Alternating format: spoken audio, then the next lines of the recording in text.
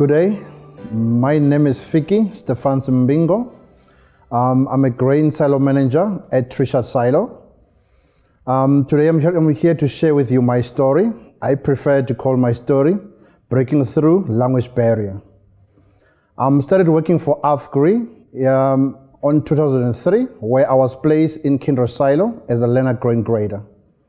Given that I was straight from university at that time, I could only speak English and obviously Zulu, my home language.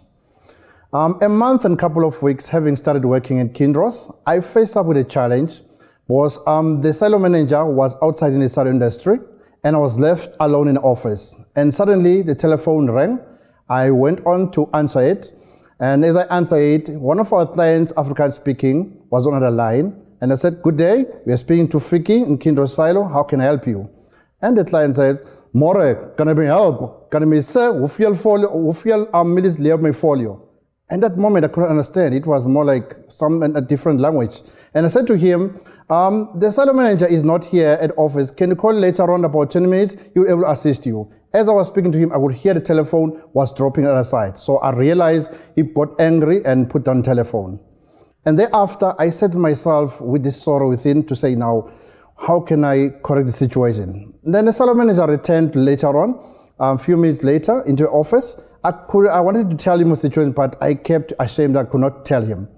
A minute ago, I saw a cloud of dust from the gate led by a buggy. And that buggy suddenly stops, and a huge white farmer, which is our client, came to the office. When he came into the door, he looked at me furiously and went by to the silo manager's office.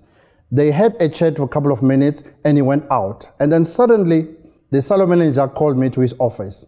He explained to me, said, our clients, especially those are Afrikaans speaking, they're having a problem. I'm unable to address them or service them in their own language of preference. And he said, hence, I must remember about 80% of our clients in the silos, they're Afrikaans speaking. So I must make means to get to understand the language. Well, it went by. I went to my room after work. And when I sat in my room, I was very saddened inside and confused, because now I was looking for employment all these years, and when I finally got employed, now there's a barrier that stands between me and my future, and which is the language. All right, the following day, when I woke up, I went I went to my work, and I spoke to my silo manager. I asked him, can I go to town? He allowed me. When I went to town, I went into one of the stationery shops. I bought myself this beautiful baby, a dictionary called Afrikaans Woordeboek. I took this dictionary of mine with me to work every day. Now, as my silo manager was having conversation with clients and our core employees, I used to pick up a word by word to construct sentences. Well, it went through for a month and a couple of weeks. Call it again maybe a coincidence, because now the other day the silo manager was not in office again. The phone rang. Now I stood up with confidence, went to a telephone, and I answered it. Goeiemorgen, hy praat met Figi in Trichard Silo. Hoe kan ek jou help? And it was the same farmer that I've disappointed last time. He said, "Môre, kan jy my sê hoeveel milies het op my folio?" Ja, seker, ek kan vir jou so doen. Gee my asseblief folio nommer. Sy het die folio nommer gegee. Ek kyk op die stelsel. Ek sê, "Meneer, hy het so 100 ton milies, gele milies op jou folio en dan 50 ton sojas." Sê ja, kan jy vir my nou straks aanvra vir my vir 20 ton? Ek sal maar die middag seker die trekker en sleep wasstuur om milies my kom haal. Sê seker, ek kan vir jou doen. Is daar nog iets wat ek kan jou help met, meneer? Sê nee, dis al. Sê dankie. He put the telephone down, and at a moment I could feel it now. At least I got to communicate Afrikaans and help a client, and more especially the client that I could not help before.